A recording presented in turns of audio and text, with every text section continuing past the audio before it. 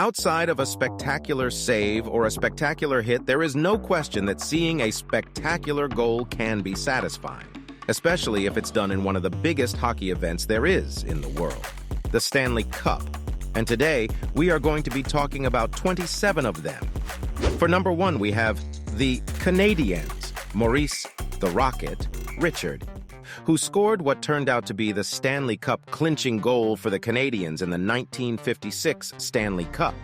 Richard, who managed to sneak in after the puck was tapped away, was able to get possession of it and score the Stanley Cup clinching goal in a 3-1 win over the Detroit Red Wings, and the series went 5 games. For number 2, we are going to go only 1 year later when the Canadiens, Dickie Moore, who has to do some literal gymnastics to complete the play as he had to dive over the goaltender to get the puck in the net against the longtime rival Boston Bruins.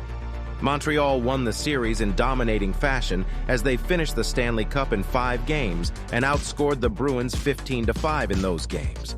The one game the Bruins won was just 1 game earlier when they shut out Montreal and scored 2 goals themselves. Moving on to number 3, we have the Chicago Blackhawks' Ab McDonald going straight at the goalie and then practically doing a black flip over the goalie, and it is a game they won 5-1.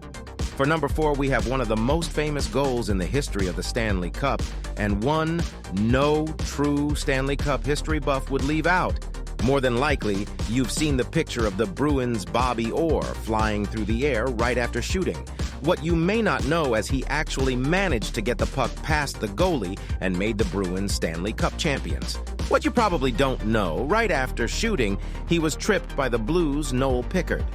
If you take a trip to the Boston Garden today, you would find a statue of Bobby Orr in the same flying position as he was mid-air when taking this exact shot. Moving on to number 5, we have the 1976 Stanley Cup when the Canadiens' Guy Lafleur accepts a beauty of a pass through the legs of a Philadelphia Flyers defender and manages to tap a goal in one of the most classic plays in hockey, where one player has it an almost perfect angle on the goalie and then gets it to somebody on just the other side of the goalie and is able to get the puck to where the goalie can't, resulting in a 5-3 win for the Canadiens, who dethroned the Flyers as Stanley Cup champions by the way of a 4-game sweep. For number 6, we have the Flyers' Mike Bossy, who managed to sneak a goal, as Bossy had 17 goals for the entire playoffs in 19 games by the way of a Flyers teammate's interception in the Canucks zone, resulting in a 3-1 win and a sweep of Vancouver as they dominated on offense the entire series. They won the other 3 games 6-5, 6-4, and 3-0. Number 7 belongs to the Edmonton Oilers' Paul Coffey, who managed to shoot the equivalent to an NBA three-pointer and blasted the puck right in front of the blue line and passed a Philadelphia Flyers defender in an 8-3 win, helping them clinch the series in 5 games. Statistically, Coffey was right alongside a hockey player you may have heard of before named Wayne Gretzky. Coffey had 18 goals and 12 assists, while Gretzky had 17 goals and 30 assists.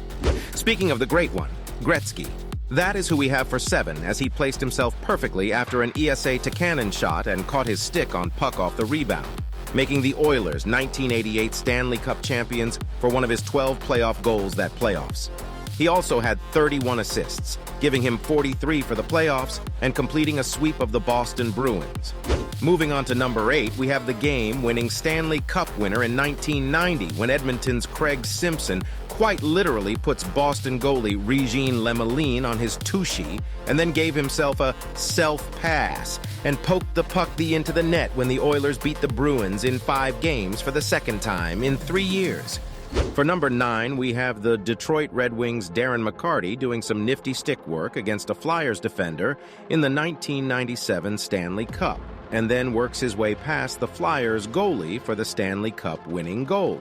a series in which they swept the Philadelphia Flyers, and it was the closest game of the series in a 2-1 win in Game 4. Detroit won games 1 and 2-4. 2 and then blew out Philly in Game 3-6-1. Moving on to number 10, we have the 1999 Stanley Cup, where Brett Hull scores the game-winning goal in triple overtime and is one of the most controversial goals in the history of the Stanley Cup. Why was Brett Hull's 1999 Stanley Cup goal one of the more controversial goals? At the time, there was a question about whether or not it actually crossed the line. At the end of the day, it was ruled a goal which gave Dallas a 2-1 win and made Dallas Stanley Cup champions in 6 games over the Buffalo Sabres. For number 11, we have Alex Pietrangelo, who managed to get his stick around Boston goalie Tuukka Rask to win the Stanley Cup in 7 games and won that game 4-1. For number 11, we have the Capitals' Lars Eller blast a shot home after it appeared the Las Vegas goalie had a save under control, but then the puck slipped out from behind him, which became extremely unfortunate given the situation. Not only was it in the Stanley Cup, the game was tied at 3 with just over 7.5 minutes left in the game. Moving on to number 12, we have the 2015 Stanley Cup between the Blackhawks and the Lightning, when Tampa Bay's Alex Killorn manages to bat the puck with his stuck midair like he was going to juggle it or something, but either way was able to get the puck past Chicago goaltender for the first goal of the 2015 Stanley Cup with about 15.5 minutes left in the first period. For number 13, we are going to the Game 1 winner of last year's Stanley Cup playoffs, when the Colorado Avalanche's Andrei Burakovsky picked up a goal on the 3rd rebound and smacked the puck past Tampa Bay's Andrei Vasilevsky in overtime, giving them a Game 1 win 4-3, only won 23 into overtime and eventually won the series in 6 games.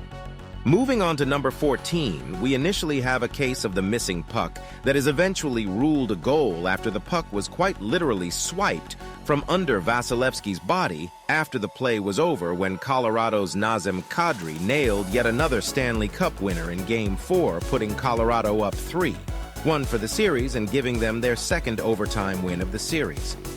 Number 15 comes from Ryan O'Reilly, who grabs a rebound and then manages to play a classic game with the goaltender of cat and mouse via a wraparound goal and beat Boston goalie Tuukka Rask to the right post to put the Blues up 1-0. Number 16 comes with a little bit of trickiness, as the Bruins' Joakim Nordstrom quickly got the puck off his stick after receiving a pass that was the hockey equivalent of a handoff, acted like he was going to shoot, and then passed the pack across ice to Charlie Coyle, who had a perfect shot.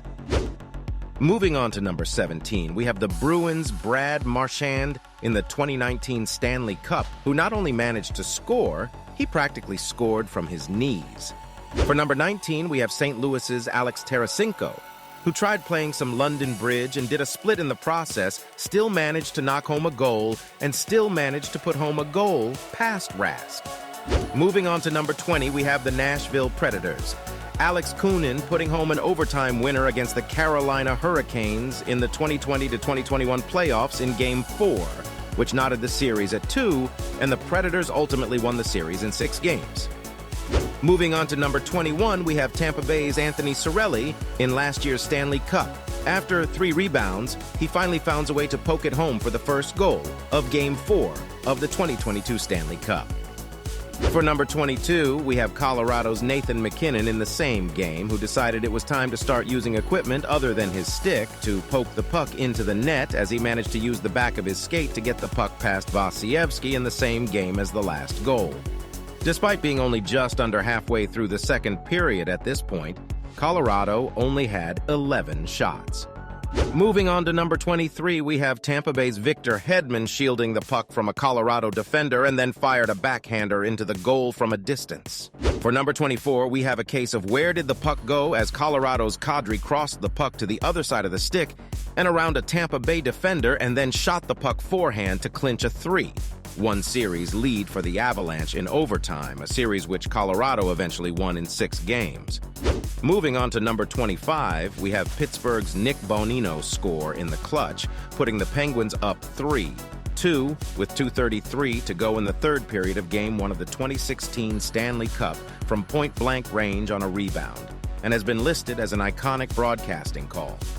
The game did in fact end in a 3-2 win for the Penguins, who eventually won the 2016 Stanley Cup in 6 games.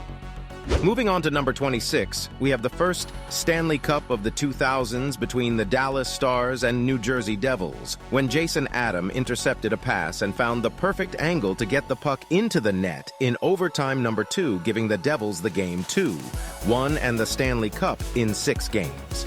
For number 27, we have another clutch goal in overtime in Game 2 of the 2016 Stanley Cup, when Connor Sheary risks one of 41 Penguins' shots, a changeup from just above the blue line, giving Pittsburgh a 2-1 win and won the Stanley Cup in 6 games. Moving on to number 28, we need to look no further than last year's Stanley Cup, when the Avalanche's Nathan MacKinnon skates the entire 200 feet of the ice, danced the puck around 2 St. Louis Blues defenders, and then passed the goalie for a clutch goal with only 2:46 left in Game 5 of the putting Colorado up 4-3, a game which the Avalanche eventually won 5-4 in overtime and won the series in 6 games.